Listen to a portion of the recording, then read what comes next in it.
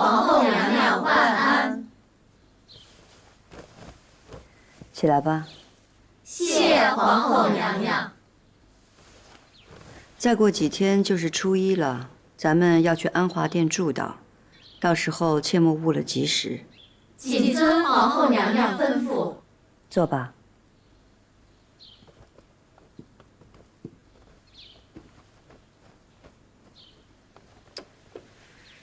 我听说皇上这几日身子乏累，咱们可得好好为了皇上的龙体康健祈福。皇上龙体不安，12个身子也不安宁，这回啊是该好好的祝祷一番了。梅嫔薨后，丧仪也未周全，本宫也想为她办一场法事，就一并安排了吧。这种心思歹毒的女人，有什么可超度的？庆嫔，梅嫔在世的时候确实对不住你，但是她所做的事也许并非是她的本意，而且她也受到了惩罚。如今人走灯灭，让她可以走得安生些，也算是咱们一起在宫里伺候皇上的一份情分。皇后娘娘这话说的，梅嫔是怎么害得庆嫔不能生育？这宫里人人皆知，她自己也是认了的。怎么这会子，皇后娘娘倒说起不是她本意了呢？听说梅嫔走的时候是皇后娘娘去送了的，不知梅嫔跟皇后娘娘说了些什么，倒叫皇后娘娘生出这许多心软来。梅嫔临终的时候，确实对本宫说了许多的真心话。本宫也确实觉得她可怜。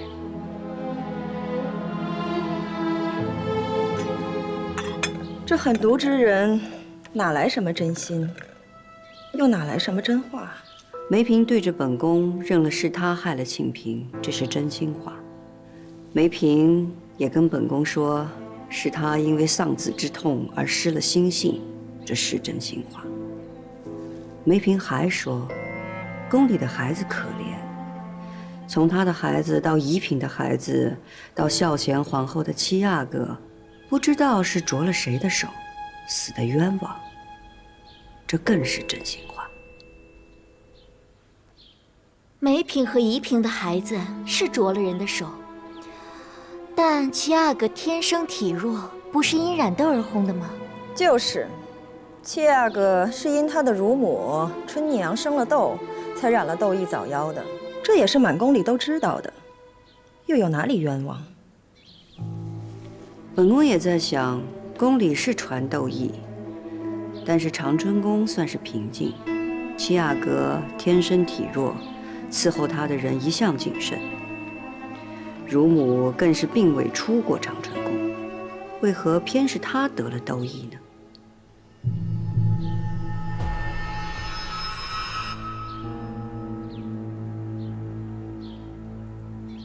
生痘这种事，谁又说得准呢？说的也是。梅嫔临终的时候跟本宫说，她曾经见过惠贤皇贵妃的侍女莫欣，后来莫欣得了痘疫没了，结果梅嫔没事儿，反而是乳母和七阿哥得了痘疫，这确实也是说不准的事儿。这有什么可说的？难不成还是抹心也去见了春娘才得的痘疫？生痘的事儿，若要怪，也只能怪他自己福薄罢了。嘉贵妃的意思，难道是七阿哥命当该绝吗？若非七阿哥早夭，孝贤皇后就不会伤心过度而崩逝。你是说，七阿哥和孝贤皇后福薄吗？我并无这个意思，令妃又何必故意曲解？嘉贵妃，这话是你刚才自己说的，谁曲解你了？嘉贵妃，你方才这些话可是对孝贤皇后和七阿哥的大不敬。你们这是刻意在针对我吗？人必自侮而后人侮之，嘉贵妃难道怪得了别人吗？皇后娘娘，嘉贵妃如此出言不敬，臣妾以为不能坐视不理。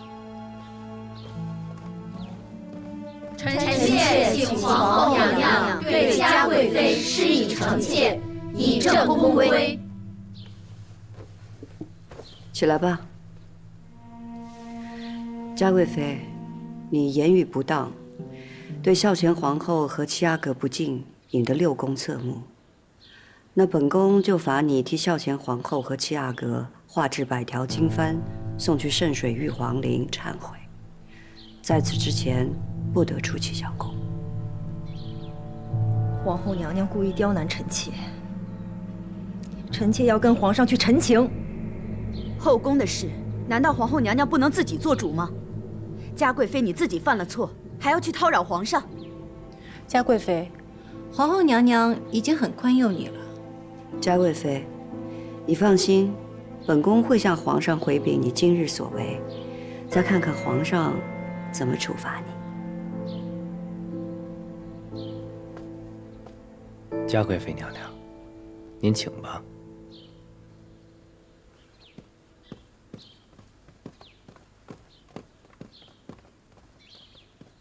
嘉贵妃如此嚣张，早该好好责罚了。你们都各自回宫吧。臣妾告退。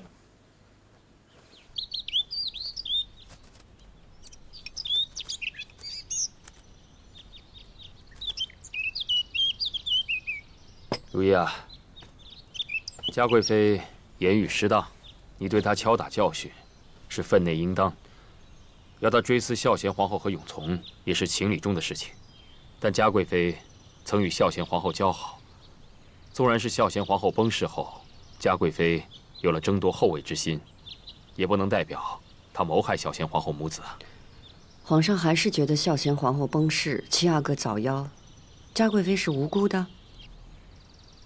依你所言，梅嫔临死前的言语，其实她只认了是自己做的，并未拉扯上嘉贵妃。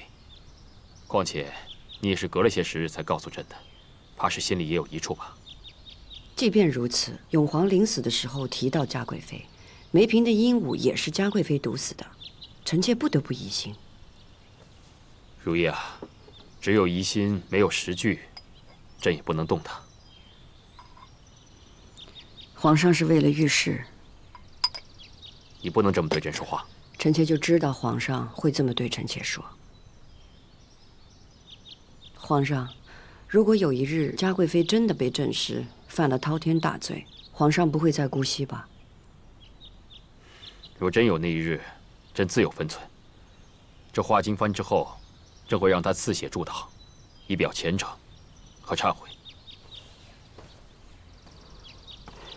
是。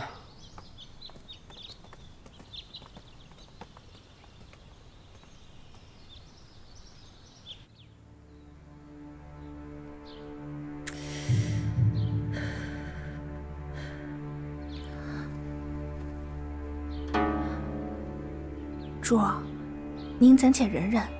既然皇后娘娘叫咱们追思孝贤皇后，咱们就追思呗。您可别气坏了自个儿的身子。追死他，活着都被本宫算计得团团转的人，死了更是没用。